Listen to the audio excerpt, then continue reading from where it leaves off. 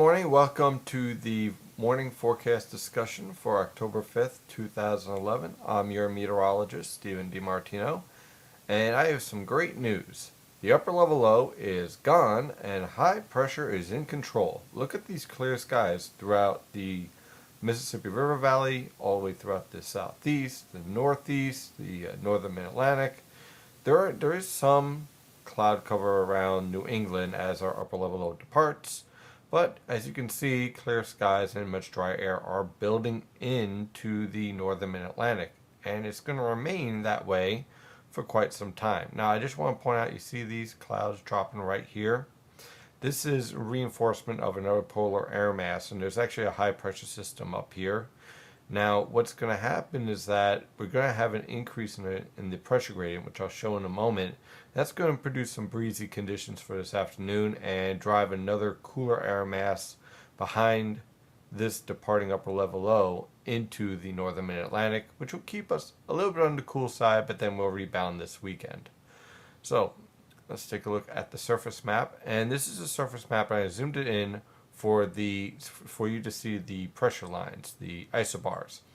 When you start to see the isobars pack in like this, this means that we have a tight pressure gradient. And what we'll see as the sun rises and as we get a little bit warmer is that these winds will start to increase from the northwest, anywhere from 10 to 20 miles per hour. I think the best potential for 20 mile per hour winds will be over portions of northeastern Connecticut and especially around New England. But for the northern mid-Atlantic, I can't rule it out completely, especially for the New York City metropolitan area. I think as you move towards the Philadelphia metropolitan area, you're more likely to see winds around 10 miles per hour. Nothing significant, but that's pretty much the only action going on in town for today, and pretty much the big story for the next 7 days is a little bit of wind today. Looking at the forecasts, this is the European model guidance from the Penn State EWOL website. Again, an excellent website for all your model needs, and it's free, which is excellent. And you can see for this evening, high pressure that is over Quebec is ridging itself down. It's building down through the east coast, and that basically means that we're going to have a little bit of windy conditions this afternoon and evening, followed by clear, tranquil, quiet weather. Look at all the dry air that's sitting over the northern mid-Atlantic. Moving on through this week, high pressure just settles in, and as a result, look at, again, dry air at the mid-levels and lower levels of the atmosphere.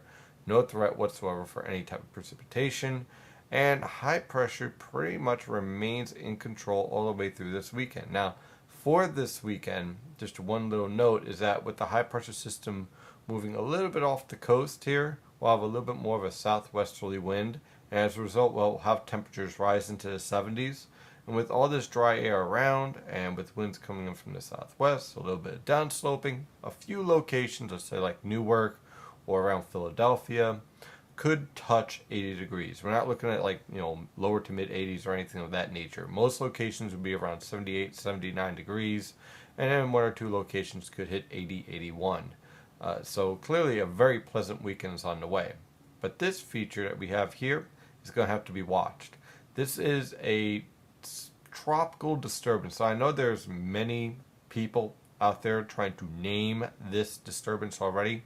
Look, it's very weak. It's surrounded by plenty of dry air at the mid-levels, which makes me a little suspicious here. And I kind of get the feeling that this is more of a hybrid type of low-pressure system than a pure tropical low-pressure system. Clearly, it's going to be something to watch as we have a stationary front just sitting around Cuba here for the next several days, so something could certainly develop. But I'm not about to run around saying that this is going to be a major tropical disturbance or a storm or a hurricane or anything of that nature. There's a threat here for some sort of tropical low-pressure system or a hybrid low-pressure system in the Gulf that we'll have to monitor and keep an eye on. As with any tropical system or hybrid tropical system, they are very fickle, and you can't always trust the details in the models. But what we can trust is a trough diving into the west, and this trough and the disturbances in this trough will transition east and interact with this disturbance. And what that will produce is a great deal of moisture moving up the east coast by the middle of next week.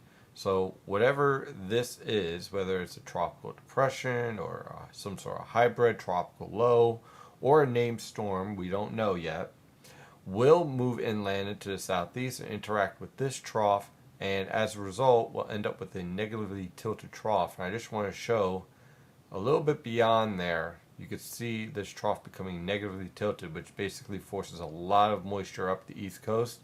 And by the end of next week, we could be dealing with a healthy rain event and perhaps a windy one as well, because of the high pressure system stuck over the Canadian Maritimes and around Maine, and that's going to create a very strong southeast to easterly wind along the mid-Atlantic coast. If this all sets up, again, if anything here is a little bit off, including our tropical disturbance, then this really doesn't evolve the way the models are showing. So there's plenty of time to keep an eye on this potential rain event by the middle to late portions of next week.